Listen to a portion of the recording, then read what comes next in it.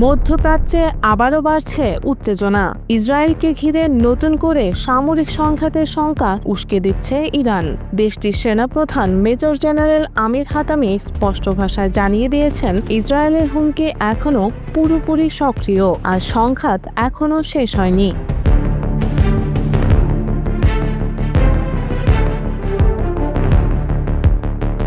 Tehran ঘোষণা করেছে, ক্ষেপণাস্ত্র ও ড্রোন বাহিনী সর্বদা প্রস্তুত অবস্থায় আছে। সেনাপ্রধান বলেছেন, জুন মাসে যুক্তরাষ্ট্র ও ইসরায়েলের যৌথ বিমান হামলার পর ইরান তার প্রতিরক্ষা সক্ষমতা আরও জোরদার করছে।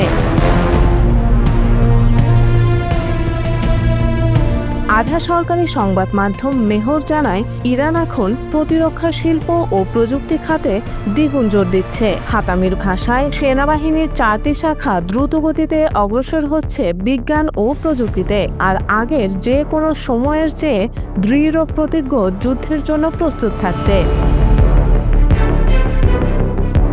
এদিকে নতুন করে প্রতিরক্ষা কাউন্সিল গঠন করেছে তেহরান, যার কাজ সামরিক কৌশল নির্ধারণ এবং সেনাবাহিনীর সক্ষমতা আরও বাড়ানো।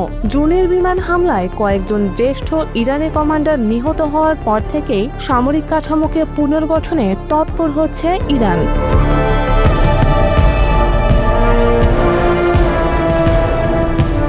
যুক্তরাষ্ট্রের প্রেসিডেন্ট ডোনাল্ড ট্রাম্প ইতিমধ্যেই হুঁশিয়ারি দিয়েছেন, ইরানকে কোনোভাবেই পারমাণবিক অস্ত্র হাতে পেতে দেওয়া হবে না। আন্তর্জাতিক পরমাণু শক্তি সংস্থার সাম্প্রতিক প্রতিবেদনে বলা হয়েছে, ইরান দ্রুত ইউরেনিয়াম সমৃদ্ধ করছে।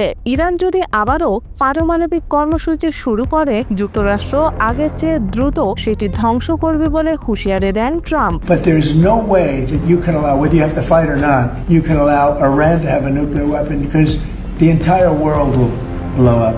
ইরান অবশ্য যুক্তরাষ্ট্রের দাবিকে সরাসরি প্রত্যাখ্যান করেছে। তেহরান বলছে, তাদের সমৃদ্ধকরণ কর্মসূচি কেবলমাত্র শান্তিপূর্ণ ও বেসামরিক উদ্দেশ্যে। তবে তারা যুক্তরাষ্ট্রের কথিত ক্ষতিপূরণের দাবি নাকচ করে দিয়েছে, যেটি ওয়াশিংটন অযৌক্তিক বলে অভিহিত করেছে।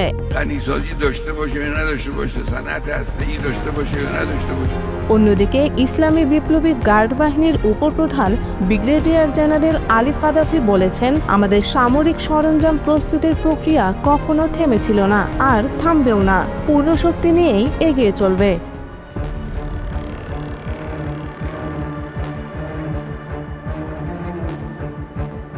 বিশ্লেষকরা বলছেন, ইরানের সাম্প্রতিক ঘোষণাগুলো কেবল সামরিক প্রস্তুতির ইঙ্গিত নয়, বরং ইসরায়েল ও পশ্চিমাদের প্রতি একটি কঠোর বার্তা। কারণ চলমান অচলাবস্থা ভেঙে ফেলা না গেলে মধ্যপ্রাচ্যের নতুন করে বড় ধরনের সংঘাত শুরু হতে পারে।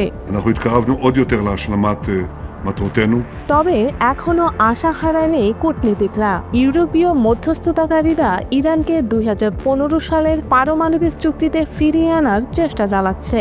সফল হলে এ অঞ্চলের নতুন করে কূটনৈতিক অগ্রগতি ঘটতে পারে এবং স্ন্যাপব্যাক নিষেধাজ্ঞা এড়ানো সম্ভব হতে পারে।